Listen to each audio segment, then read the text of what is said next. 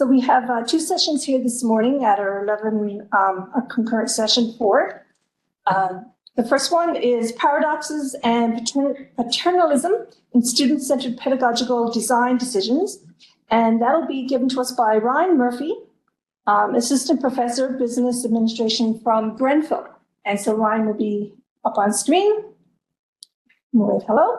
And then we'll follow with our second session, which is Language Learning versus Maintenance, Grounding Program Innovation and Research, which will be presented by Dr. Ailsa Craig, Professor of Department of Sociology from Humanities and Social Sciences, and Jamil, Lawler, who's a graduate student in the Department of Modern Languages, Literatures and Cultures, also in Humanities. So Ryan, whenever you're ready. Yeah, okay, let's do it. Okay, great, thanks. As mentioned, my name is Ryan. I am indeed at Grenfell. I'm presenting from home right now, and unfortunately in Corner Brook, the sun is not coming out right now. We're actually seeing some snow, which is, there it is. It's sticking around. So, as mentioned, the title of this talk is Paradoxes of Paternalism in Student-Centered Pedagogical Design Decisions. So yes, I practiced saying that, and I'm shooting myself in the, I regret not naming it something like Paradoxes of Pedagogical Paternalism or something shorter, because then it could have doubled as my punk band name, but there we are. And I have to confess, this presentation might end up being more of a counseling session for you to me than it is anything for you to learn. I'm presenting this because I've been sort of rooted philosophically in student-centered teaching and learning for a long time. I've long believed in it, and yet as I mature, maybe as an instructor, as an educator, as a pedagogical designer, I'm finding myself struggling with student-centeredness and this issue of paternalism. So without further ado, let's dive right in. Papanek in 1997 wrote a wonderful book about design, and sort of the fundamental takeaway is that all things human are designed. So no matter how you think of yourself, you are a designer. Everything that you make and everything you do is design, even if it's not really explicit or thought of as such. And just to be clear, if anybody's thinking about this from the perspective of graphic design and that kind of thing, it's true that graphic design is a subset of design.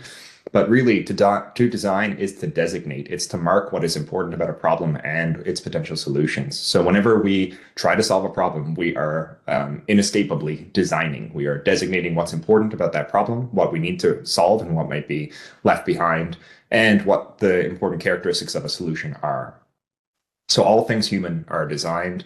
All designs, however, are paternalistic. This comes from a recent paper by Kadilkar and Jagtap in the journal Shiji.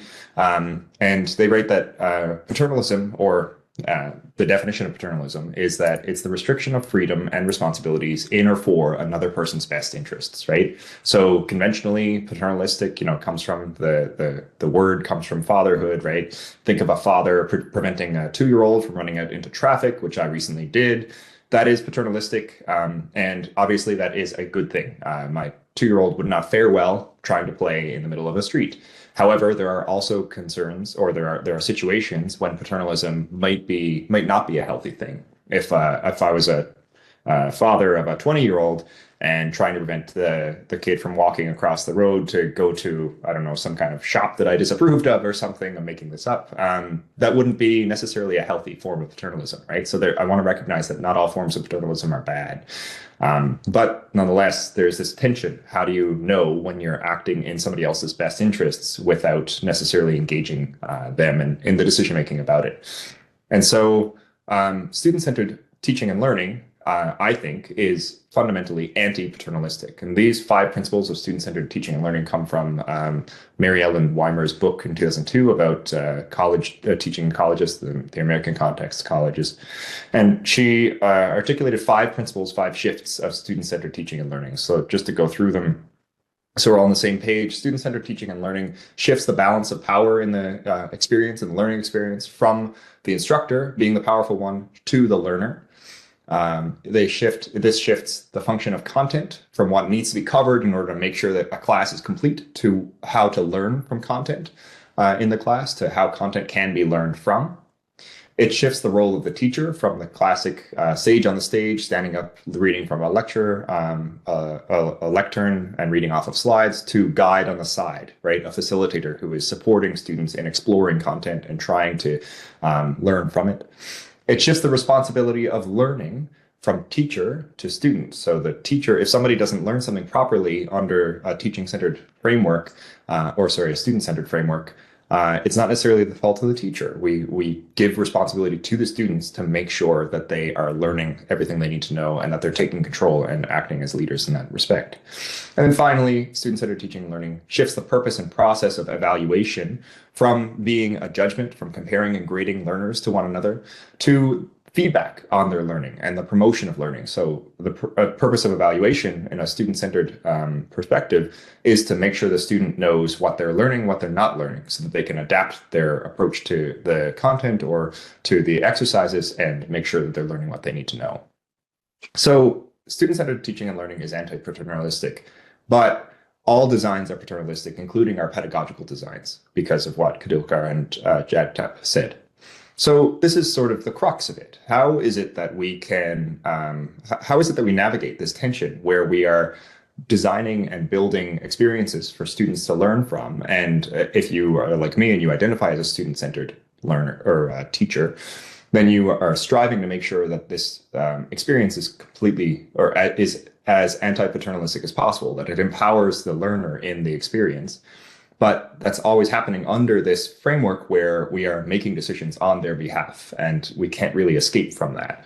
And just to work it through with an example, consider the idea of participation marks. It's a easily celebrated idea. If we offer marks to students to put their hands up in class and to make contributions, then we should see more contributions. We should see students sort of step into the classroom and be ready to engage. If we don't offer participation marks, then that might not happen. Well, let's break that down a little bit from this paternalism perspective. First of all, as a form of grading, as a form of evaluation, what does participation marks tell the learner? What kind of feedback are they actually getting about their engagement in the course from that mark, from that evaluation mechanism?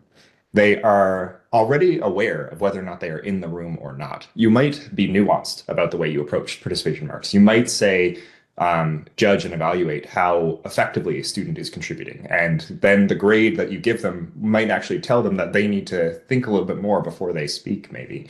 But still, most of the time, I think participation marks are very all or none. And so the feedback is not actually that useful. From a student-centered learning perspective, it doesn't help them promote their learning. It's simply a grade that gets them to progress in the course. The second nuance of this idea, this mechanism, is intrinsic and extrinsic motivation. We all know there are different kinds of students in every classroom. Some are going to be intrinsically motivated to contribute. And an interesting thing about participation marks and other kinds of extrinsic motivators is that when you take an intrinsically motivated thing, something that somebody wants to do, and you add an extrinsic motivator on, it actually tends to dampen intrinsic motivation. It tends to shift away from it tends to shift the person away from wanting to do that because they want to do that to wanting to do it because they're pursuing that somewhat arbitrary goal. And so you can actually remove intrinsic motivation by adding extrinsic motivators, which is a complicated thing.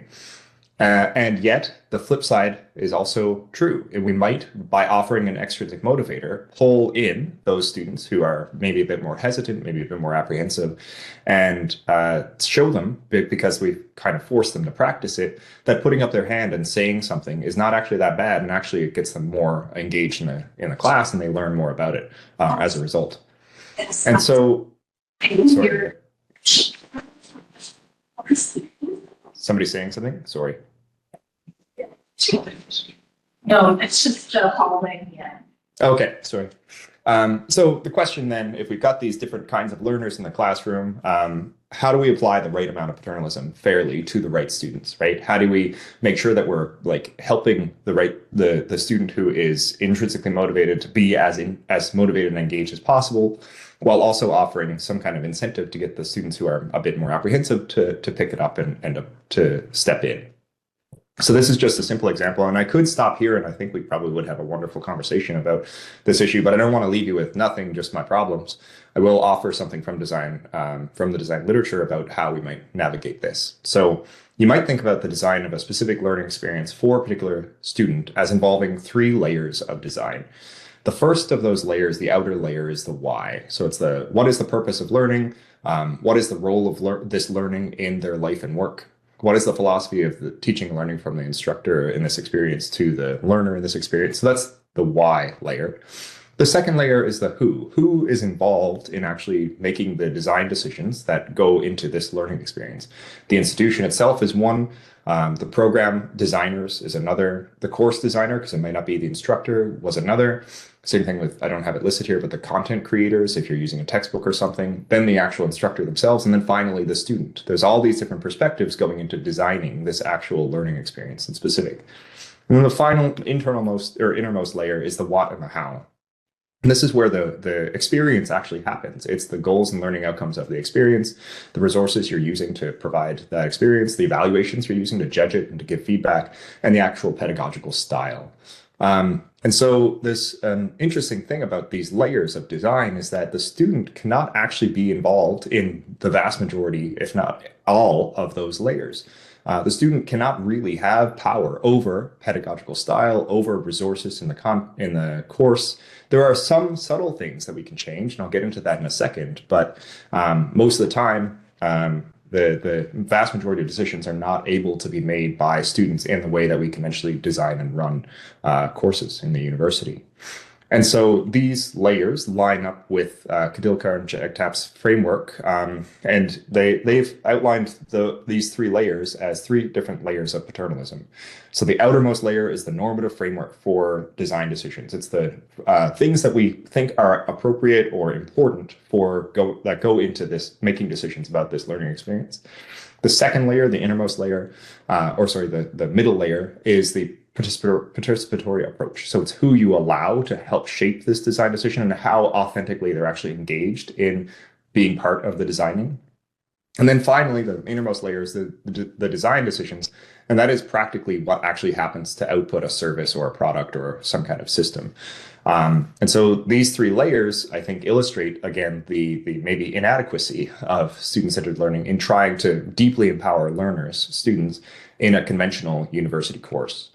I mentioned that there's a bit of a nuance here. If you want to think about it in terms of a spectrum, there's a paternalistic extreme that's displayed here on the left, a non-paternalistic extreme that's displayed here on the right, and there's a middle ground. So the extreme on the left, the paternalistic extreme, consists of situations where the designer, as in this case, the instructor, designs everything about the situation of learning and the means that are being used to learn. And they make all the decisions on behalf of all of the stakeholders on how that experience is going. So, this is the classic, I think, we go to a classroom, we sit down in a seat, we take notes based on a slideshow, based on a textbook, based on an instructor reading from those slides. And then we write the multiple choice exam where we try to recall the content that was told to us in that lecture and in that textbook, right? So that's the paternalistic extreme. It's possible to imagine a non-paternalistic extreme, and I'm going to get to that in a moment and explore what that might mean. But the middle ground is a really interesting place because I think that's where most of us probably are. We design the desired situation for a learner ourselves. We can't really involve a learner 4 years from now in the design of a course that we're currently building that fits within a broader program.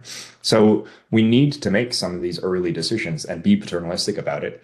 And yet we then call it student-centered when we allow some flexibility inside that framework, inside those designs, for students to say, choose the style of evaluation they want, or choose whether or not they're going to watch some lectures or read a textbook or what have you. So CITL and JAGTAP call that deceptive non-paternalism. So it's a bit deceiving to call it empowerment because we're actually still not involving the stakeholders in all of the design layers. We're only involving them in that innermost layer of the how, and even then only in some specific parts of it.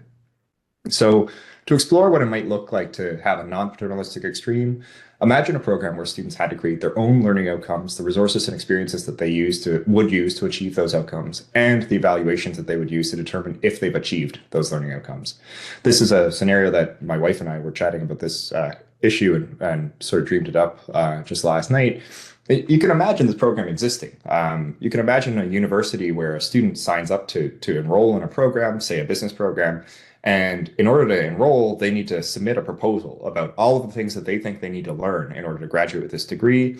And then instructors act as mentors and facilitators, and they run seminars, and students get to opt in and out of the different parts of that experience that they want to engage in order to achieve those learning outcomes. And then they demonstrate their learning outcomes through the ideas that they've come up with in terms of, say, presenting a business case or writing an essay about the way marketing works or what have you. You can imagine this kind of program, but I pause to wonder if it'd actually be better for most students, or if it would even be popular, if people would choose to do that if they can.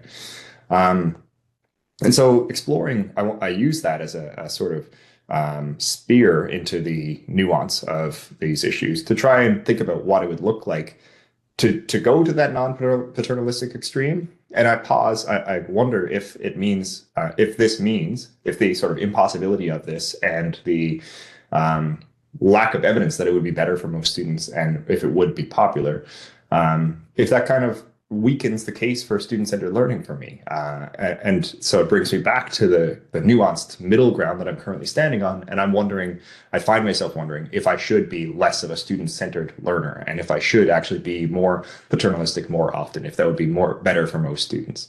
So I don't know where I'm going to go in my teaching philosophy with this process, with this reflection, but I wanted to share it with you, and I really wanted to hear from your perspectives and insights on this, and whether or not I'm way off or what have you. So I'll end with just a couple of other sort of discussion points that have come up throughout the talk, and I'll switch my microphone off and sit and listen. Thanks for your attention. I'm really curious about this, Brian. I really like the distinction between paternalism, which has negative consequences, and paternalism that has positive consequences, and thinking about how that plays out in course design. And I'm wondering if you've thought about a lot of what you were talking about seems to be in what gets presented to students sort of as a fait accompli, and how much decision-making power that they have there. I wonder if you've thought about different ways that we might consider including students earlier on in the process. And Jen, I'm looking at you here because Jen worked with me on doing a community-based research project, which resulted in the creation of a course. And I kept thinking about that, listening to your talk, and it was still entirely paternalistic, but it was totally student-centered all at the same time. So that for me, it's about that distinction, are you a good dad or are you a shitty dad? That's fine.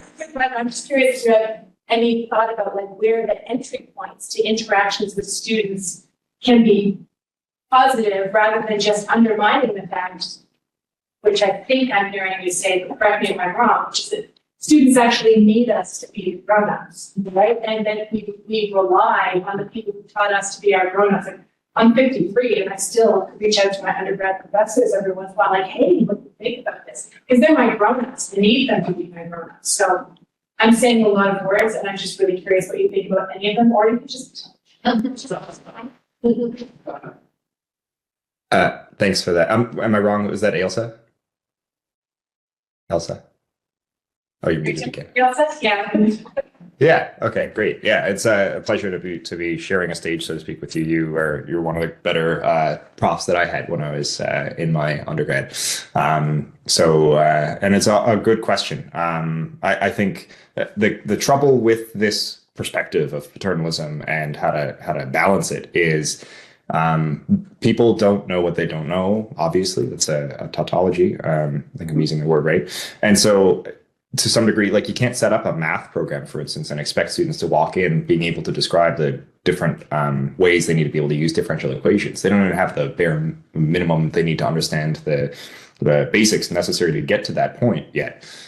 So obviously there's a bit of somebody growing up ahead of time needing to turn around and then provide that grown-up perspective to students. But the question is what you've asked. It's how do you involve students earlier in this kind of thing? And maybe there is a way of saying, well, if we understand our domains really deeply, let's shift back to business. We might be able to ask somebody coming in their first year, what do they want out of their degree in a broad way? They don't need to know the details of how operations management works or how to deal with logistics. But they might want to say, like, I really want to be a key player in the organizations that I work in terms of how it produces good things for people. And that we need to then take that lens, use our grown-up lens, take that outcome that they've described and map it to the actual curricula that we know would help that student achieve that. Maybe that is one way of getting students to anchor into the future and pull themselves through. But I don't know. I am open to many ideas here. Yeah, it's and I mean, I've worked with Taylor itself. I'm not as paternalistic as it may sound now, but I do wonder a little bit yesterday, today, or whatever, I think about this itself. Isn't already choosing to go to university extra choice, first of all, right? So I think my issue is a little bit of the reducing pedagogies that I think are very probably to high school, right? Their students have to be there, and we somehow have to get them engaged to university, because when I was talking to colleagues yesterday, we have all those huge differences between the first year class, where have students, half of whom, more than half of whom really don't want to be in that class, and so they study course, they hate it, they don't want to do it, they have no talent for it, and then there it's really difficult to get them on board, right? Versus in the second year class, they're all their great choice, completely different mindset, different learning, exciting, have fun. They say choose something, they're going to do it because they want to learn. So to me, a little bit, I wonder if it's more about the larger structure of how we offer curriculum, of saying, maybe the but maybe it's not so good for students to do certain courses because they are here and they are already choosing to get a university education, and yet we're still forcing them to do certain things that maybe at that stage they shouldn't be. Maybe we shouldn't be in this problem anymore, that they have to be so paternalistic at the university level, right? Like, that's what I'm wondering a little bit. Like, you're still treating them a bit like kids. Like, telling them this is what I need, this is what you need, this is what you need. So it's very difficult, right? Like a lot of the talks I heard, I had people who have accredited a program saying, yeah, well, that just won't work for us because, we're engineering, we have to fulfill, they have to learn this. They learn it, we won't get the credit, right? Versus, I don't know, in my literature class, I really am very free because nobody asked me at the end of the degree that my student has to have read those certain books. So I don't know, so this is my larger question, like that's between a paternalistic and non-paternalistic, like how do we set up degrees in the first place to make it less about paternalism, like not just a course, but a degree. I don't know. That was very, it's just a question.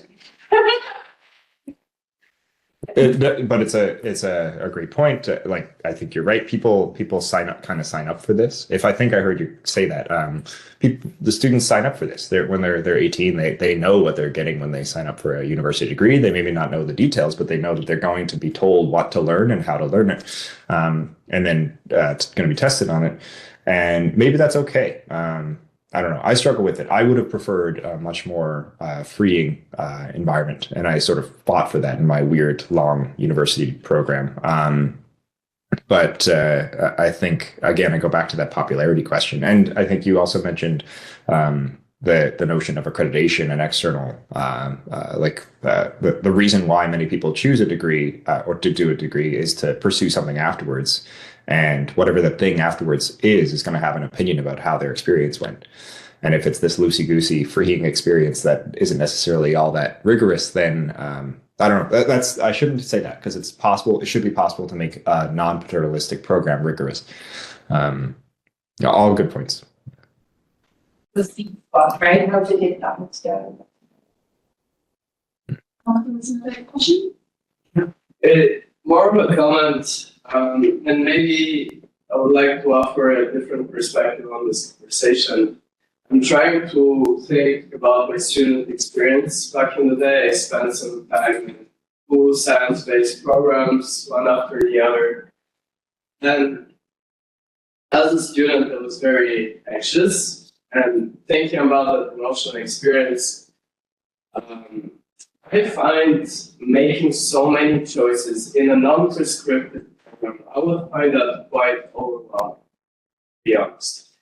I remember, in my engineering degree, I had to make so many decisions. I had to choose the timetables, I had to choose the professor, I had to try to fit them all in and figure out how this was actually going to yield a degree. That was an experience that I didn't find very positive.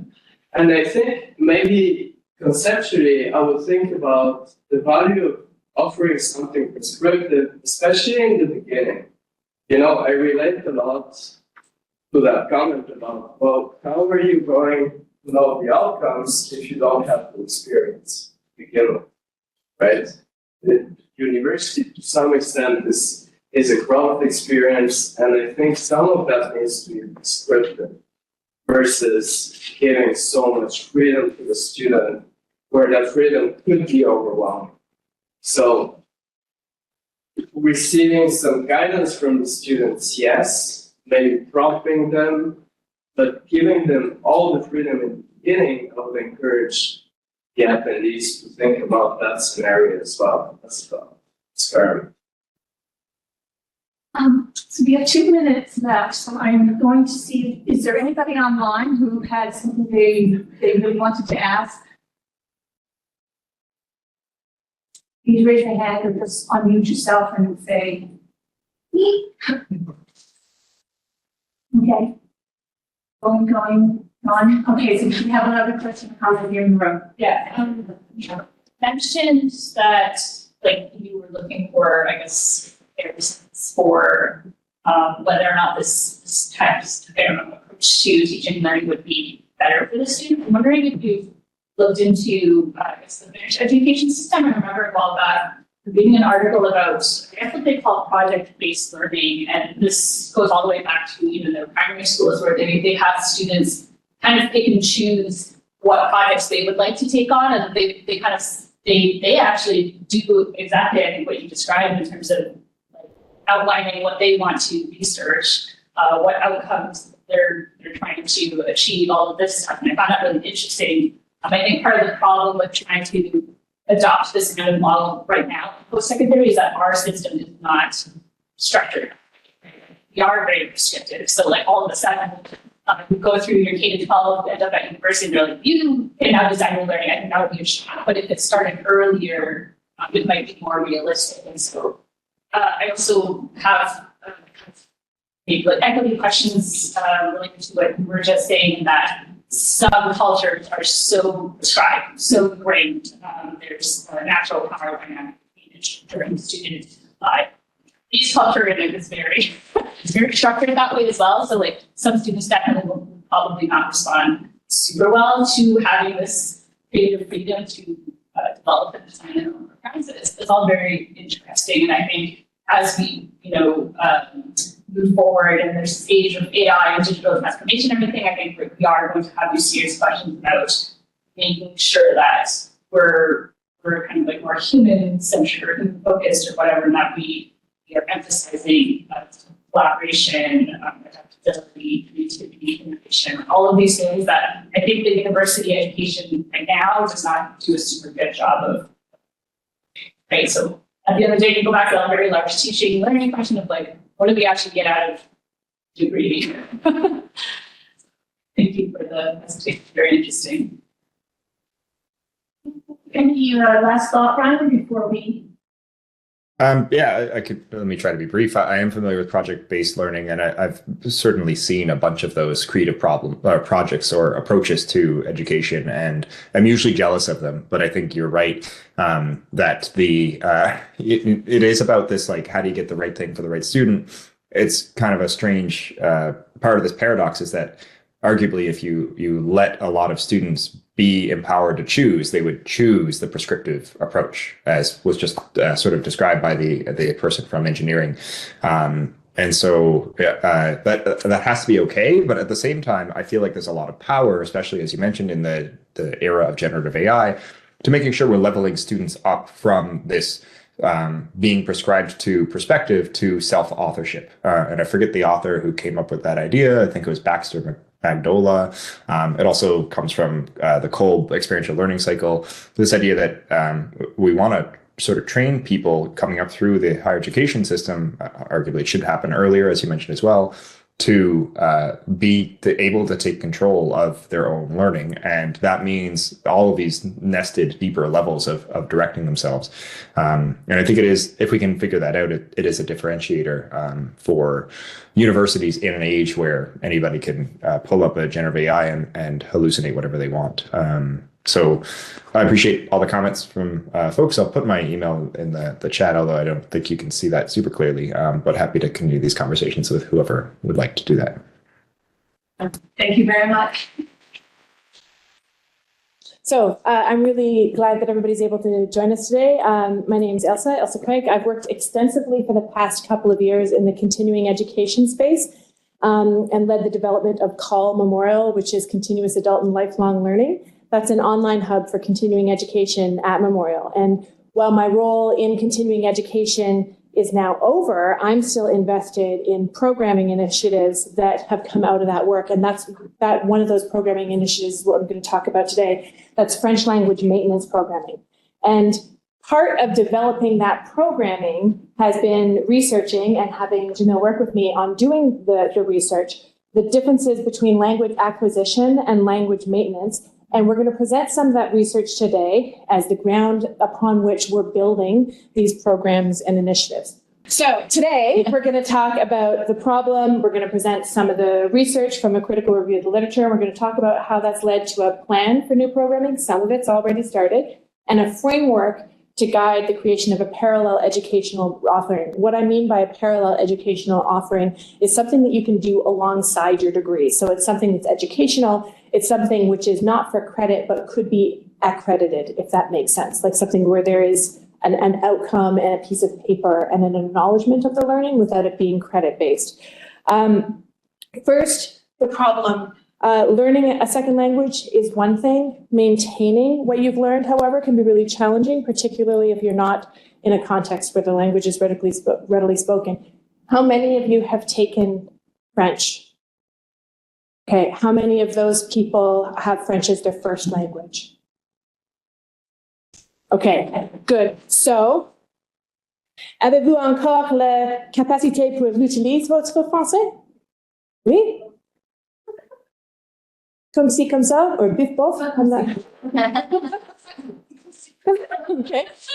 C'est vrai pour moi aussi. J'ai le script. Je peux parler franglais peut-être, mais pas français. Je peux dire ça avec un peu de confidence, mais pas a lot. Je peux comprendre si je lis or I'm listening to. Je peux dire le français en l'interprétant. I wish I could have my French. So a lot of us have studied French, but that doesn't mean that we necessarily can speak it, even if we would really like to. So, qu'est-ce qui se passe? What's happening? Why? What do people think? Why is it that that's the case? Why can't, if you took French, why can't you speak French? For those of you who can't, you're not allowed, you can't, you're not allowed, you probably can. Why do you think you can't? Do you want to? Bigger contact with people. Yeah. Right. So having that environment or that culture. So if you've taken French, if it's not your first language, do you wish you hadn't lost it? Yeah. So there's some desire there. So French is, of course, one of Canada's 2 official languages, but in predominantly Anglophone areas, so this is what you're talking about, it's in a minority language context. So a lot of people have invested a lot of time in learning French, often substantial time if they've been involved in French immersion programs for all their pre-university education. But in these Anglophone contexts, it's really easy for it to fade away and to lose our French, no matter how much we might want it. So I'm going to turn this over to Jamil in just a minute. We often discuss different learning styles for different people, right? And we talk about what that means for how we approach things in the classroom. But we talk about that as it relates to individual learners and their strengths. Jamil's going to be presenting findings from the literature on the difference between learning French and maintaining French. And then I'm going to explore how that literature helps us build a framework for building learning supports and programs that align with the ways that minds work when they're making that transition from language acquisition to language maintenance. So the programming itself is a work in development. As I mentioned before, it's started, but it's still in development. I'm going to let you know some of the things we've done, some of the things that we're working on, and also I'll be putting some of the insights Jamil's going to bring to the table into practice and show you how we're working to have the research on the differences between acquisition and maintenance inform a framework so we can build programming that will attend to what we want in terms of learning outcomes for individuals who would like to be able to keep their French by the time they're completing their degree, which they're doing in English, but also that we can meet some of the responsibility that we have to the Francophone community in the province of being able to have a commitment to French language minority communities and their linguistic and cultural programming. So it's your turn. You're up.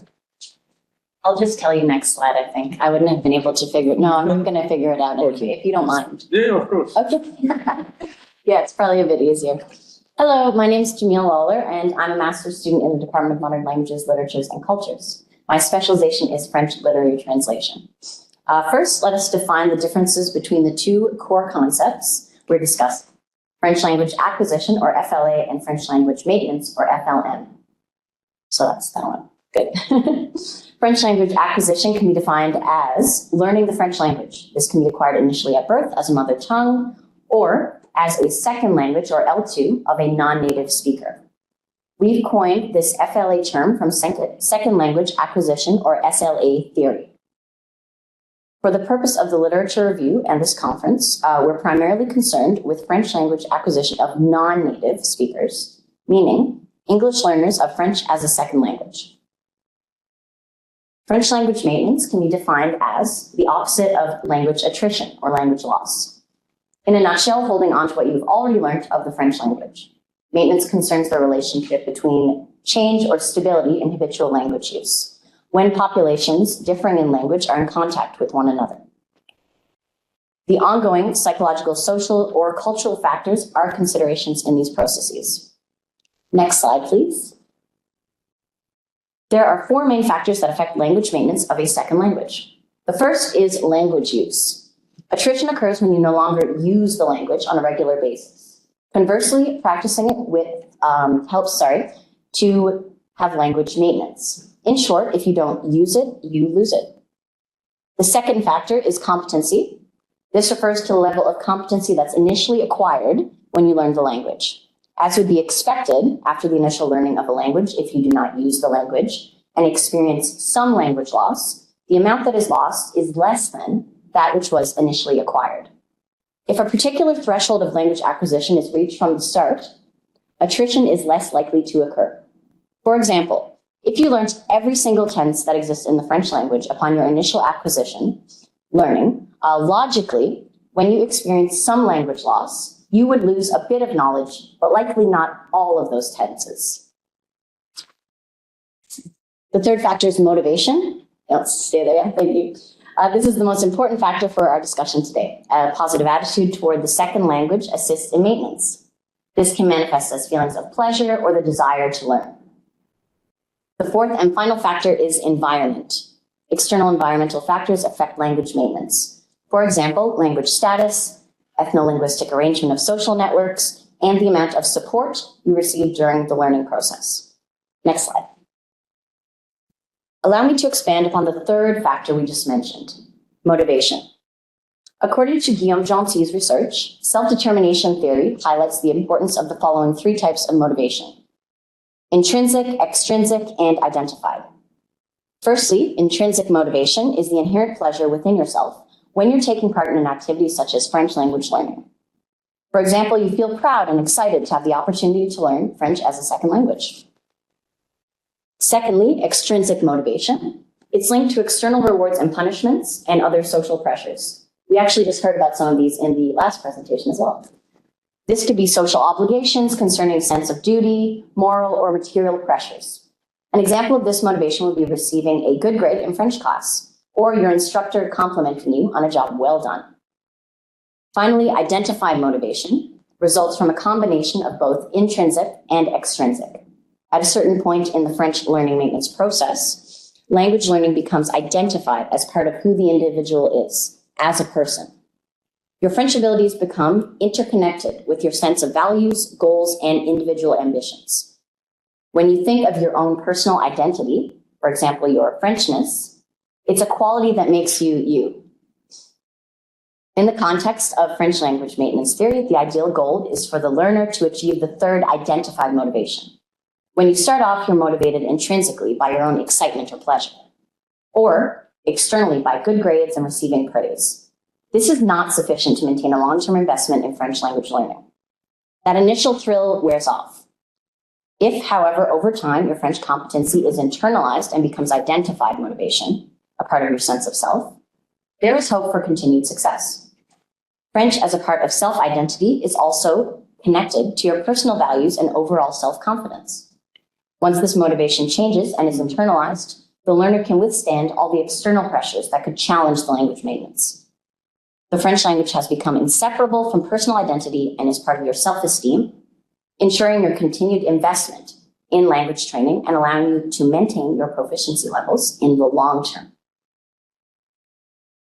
There is one more important motivation to mention, and this is a combination of two of the previous mentioned motivations. So it's extrinsic and identified. When a social institution, such as a workplace, is attempting to encourage French language retention in its members, extrinsic identified motivation is significant. This is a combination of extrinsic motivation, which is external, and identified motivation, which is part of your self-identity. The combo motivation could stem from a workplace encouraging workers to partake in internal French language programs. In this way, their potential success in the program and the potential to acquire a French or bilingual position at work are the extrinsic motivators. Upon maintaining French competency levels and associating these skills with their professional selves, the French is part of the person and is likely to stay that way. Making workplace French training more accessible and relevant to the workers' positions and language needs are external motivators that assist in long-term French language maintenance. This brings us to our next slide. Mougion's research discusses the question of French language proficiency for learners who did not acquire it in the home environment. This leads us to our central question. How do you stay proficient in a second language, such as French, if you never learned it at home? A show of hands. How many of you here today think that communicating in French at home helps with learning? Indeed, you are correct. The home environment proves to be one of the crucial environments for French language learning. So this brings us to our response. The sociolinguistic analysis advises that learning French at home can contribute to native-like proficiency levels. This is not, however, the only environment where the learners can attain such a high proficiency. Mougion concludes that full schooling in a language is a significant factor that leads to language learners attaining similar French proficiency to that of a native speaker. The home appears so successful for French language acquisition and maintenance because it's an incredibly intimate and close social environment, inspiring the feelings of closeness and acceptance. These feelings can be recreated in other learning locations, resulting in optimal learning environments and higher retention success.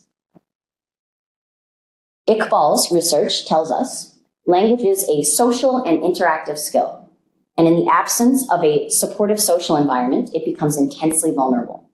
This analysis highlights work, home, and leisure activities as key locations where French learners can retain their competency skills to assure long-term maintenance.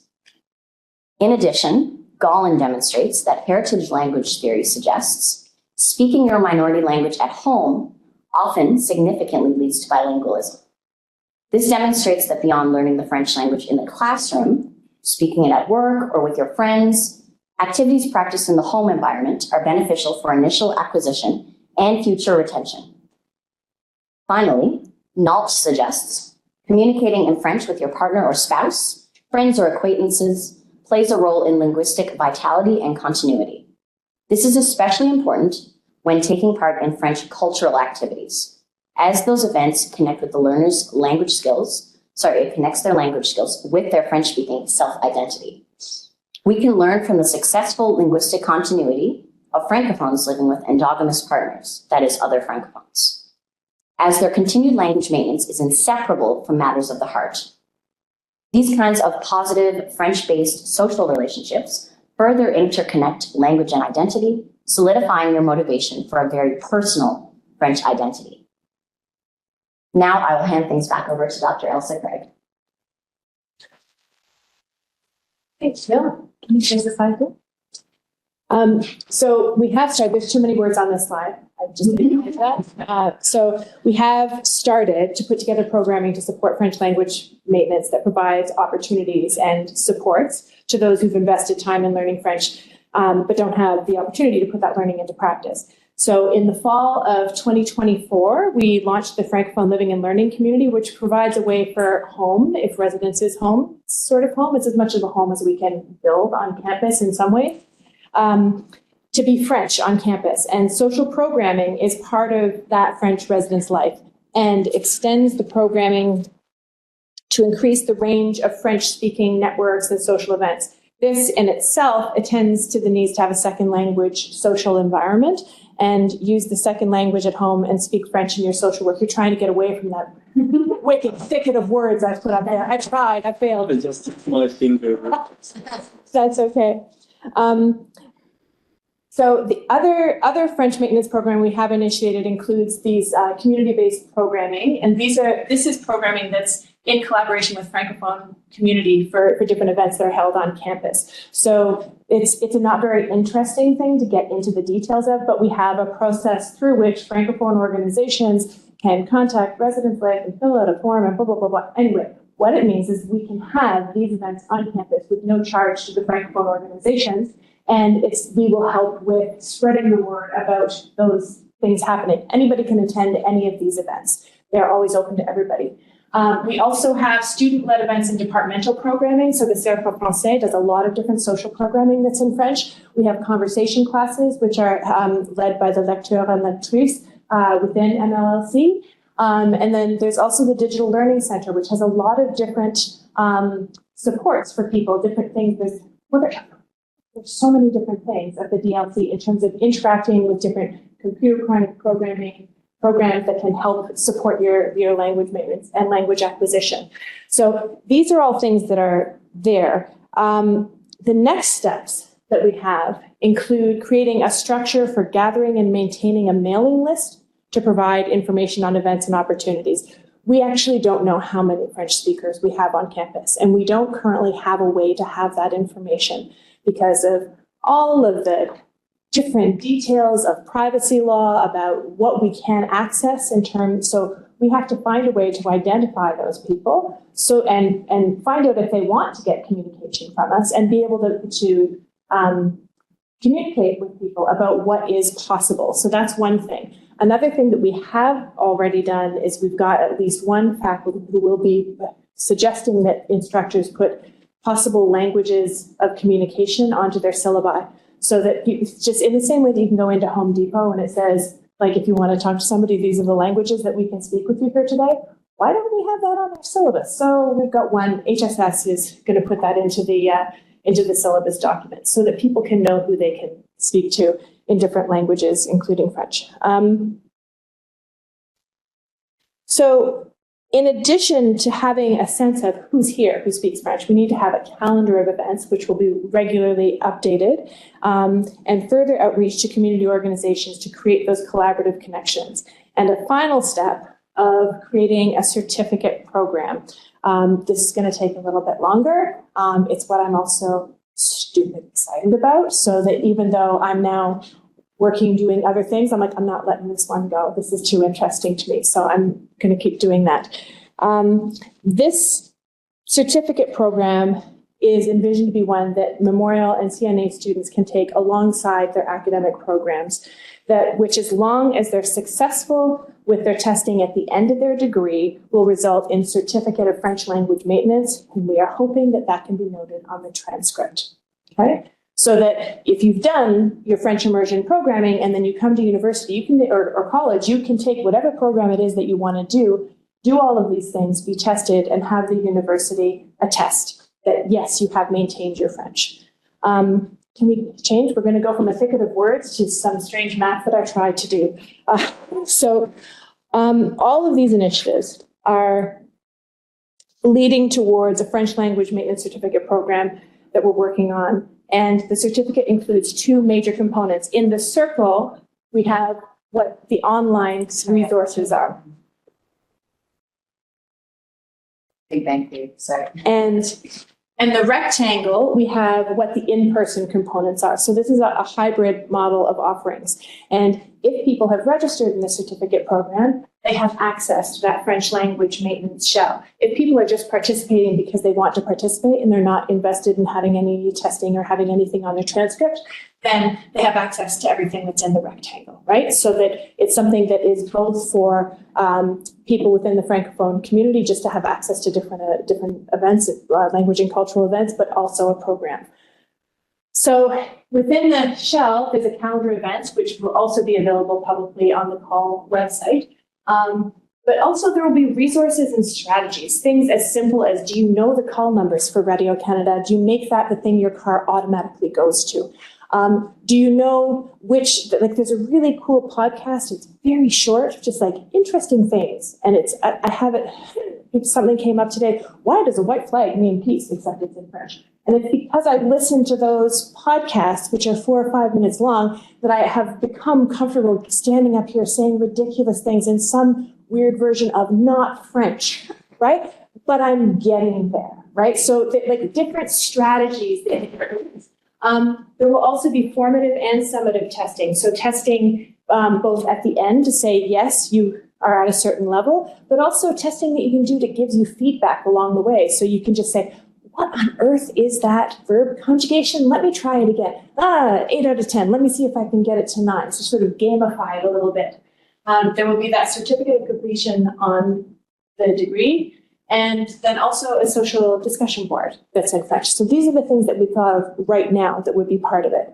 In terms of the things on campus, we've got the student-led and the community-based ones, which are open, the events, conversation classes that are open to students at the university, the Grenfell Living and Learning Community Digital Resources. So there is an annual fee. We don't know how much yet. We have to figure out how much it's going to cost, right? Thank you. And that pays for oversight and maintenance of the program, access to additional resources, and being able to do the assessment and certification. There is nobody who will be keeping track of how many things that you have done, right? Part of the reason for this has to do with understanding how motivation can possibly work. Because in some ways, it works like a gym membership. I'm sorry, Maria, I cannot think of a better analogy. It works like a gym membership. Many of us would love to be fit and trim. I probably would love to be fit and trim as much as I would love to be bilingual. I am neither, right? Neither of those things is true about me, but I would really like those things to be true. With a gym membership, you pay for access to tools that you need for the outcome that you've signed up for. Whether you get there or not, who knows, right? It's not monitored, but it can be tested. So if I actually started going to the gym, you could probably tell that I had been going to the gym. Right?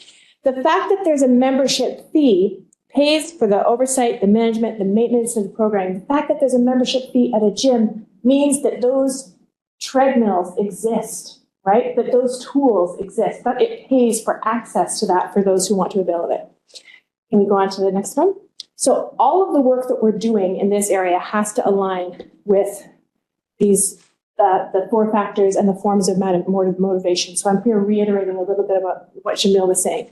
The central point is to ensure that the program is built according to a framework that takes into account those 4 components that are factors in language loss, and that these factors can be addressed in a balanced way by the component parts and how they come together to allow for really flexible use that meets people where they are in terms of their motivation and their level of skill. So we have to think about universal design also in terms of motivation. Are people at the point where they need to be, I want to get something out of this, extrinsic motivation? Or is it, I want to, I really like this? Or is it, this is really central to me? So we have to be able to hit all of these points in a bunch of different ways.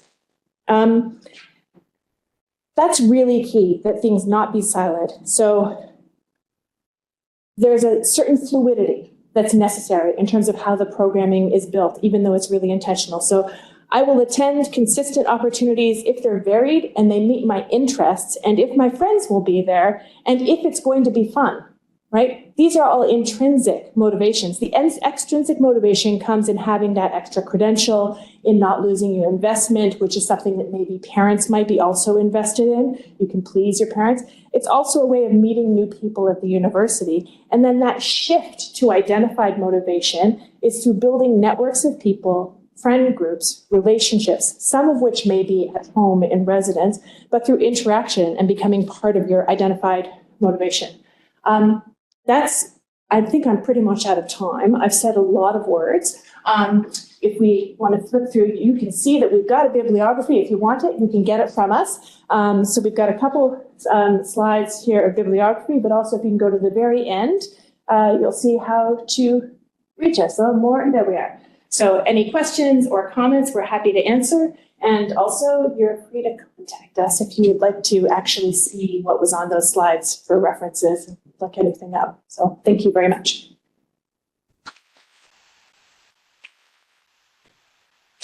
We are on the hour, but if anyone stays just to stay and has some questions for, that would be great.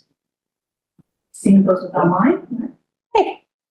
Just anecdotally, I know I did a degree in French, and after I graduated, I found myself trying to find ways to keep up with that. And it was really difficult. I put on that account every now and then, and you get the let's go bit, like you hear words that you hadn't heard in a long time, they can be re-triggered in your brain, so you can broaden them, I guess.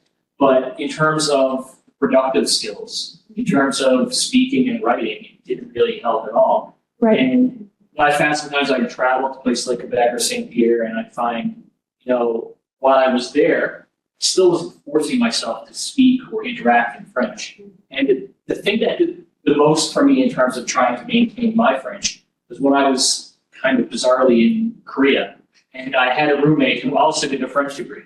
Every Tuesday, we would go out to the same restaurant, and we'd speak only in French the whole time we were there. And forcing myself to do that is what helped me. And I think that without that forcing, it's really difficult to maintain the language. And I don't know if that's that's related to what you're talking about, because when you're putting yourself voluntarily in the right space shell, I think that much like gym membership, people are going to be there, and some people will be motivated to do it. I think a lot of people won't. But at the end of that whole process, you talk about a certificate. Is that something that everybody will get? No, there's a test. So this is the combination of the intrinsic and the extrinsic motivation. And you hope at the end of the fire gets it there along the way with what you're doing. There is a test at the end. So you can have access to the shell and be part of the certificate program, and you can fail.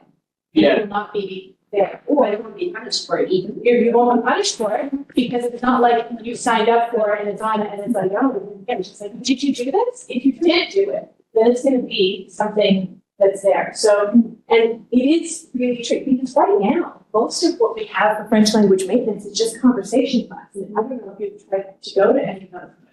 But it's really hard to get people to go consistently to just conversation classes. And also, it's not very interesting conversation. Right? It relies, conversation classes usually rely on an intrinsic motivation of, I want to speak French about really dumb things. Right? In my experience. Follow-up, I'm over running out of time. But if people are coming into the shell, there's probably only one shell.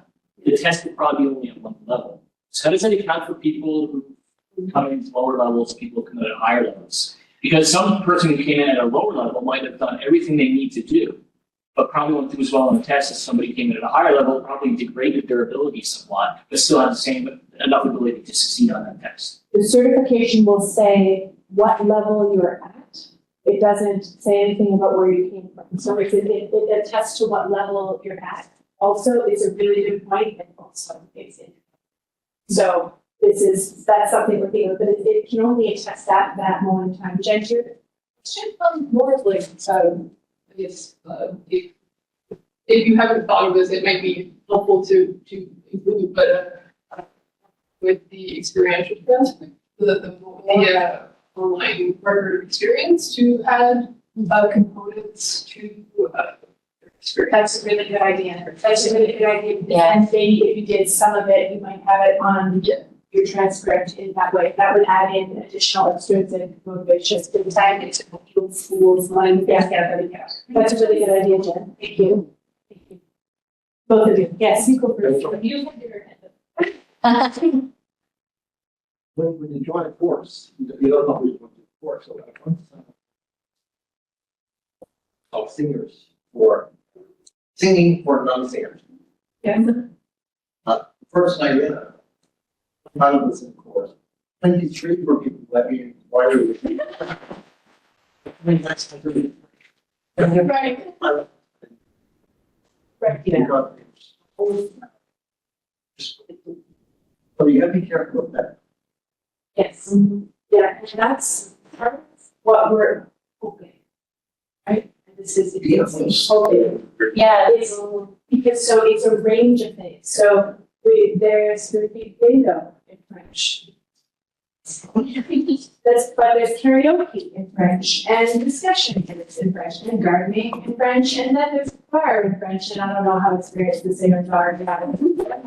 But there are a number of different things. So trying to attend to different levels of French at the same time, it is not easy. But the way that it can work, I hope, is if it's within this framework where we're attending to it. So what we don't do is create something only where like you have to be able to come in with French awfulism on, right? Yeah. And be able to figure your way out and have it be a forgiving place where you're also learning and you can get things back and maintain it and meet some friends and je peux texte avec j'aimerais en français to the temps and seulement en français most of the time unless we're in a hurry, right? Or I can try and talk with colleagues a little bit or email a little bit of, you know, but trying to have that universal design be about how broadly we do it, but also how we teach it.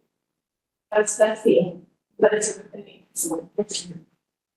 I was just gonna ask, like, have you thought about, or maybe this is clarification was like how this doesn't duplicate the DELF, and also like how this would differentiate from the DELF. I'm taking the DELF, and I would say that my French is not being maintained at the level that I would like it to be at, and that's like a lifelong call to which I feel my French strength doesn't expire to my knowledge. So that's one thing. The other thing would be like when you're talking about, you know, how there might be a fee associated, levels, like what you want to pay, depending on what your involvement might be, or like this serves, because there are some members of more necessarily students who might want to be involved or even contribute. It's okay, obviously. Well, but here's the thing, is that there's some flexibility in it. So the way that the idea is sort of built at this point is working up, like the first step is having some of the programming happening. The second step is creating a shell and creating this parallel learning certificate for students. And a step beyond that is to find different ways that people can interact with this. So one of the other challenges, and here I switched to my administrative hat, is we did not have an awful lot of professional development for our staff in place, because what we did have, we've had to cut. So I've been having some conversations with HR about what's possible, what's not possible. But have something like this, what does it hurt to sign people into the shell? Nothing, right? And what does it mean? It means we're actually offering something which is productive and helpful for staff and faculty who are out the employee benefit, right? It's an employee benefit. And so that's something where, so that fee would be waived at that point. So it's got that kind of flexibility with how we can possibly do it. And I think that that's a really good point, because it's not something that needs to be just for students. And it would be mutually beneficial because the more people show up to the phone night and the discussion, the more conversation partners you will have, so we would actually be interested in kids. And all of the in-person events are open to everybody, always, anyway. You could always have a buy donation thing as well, or sort of just be like, I don't need that kind of thing, but then, yeah.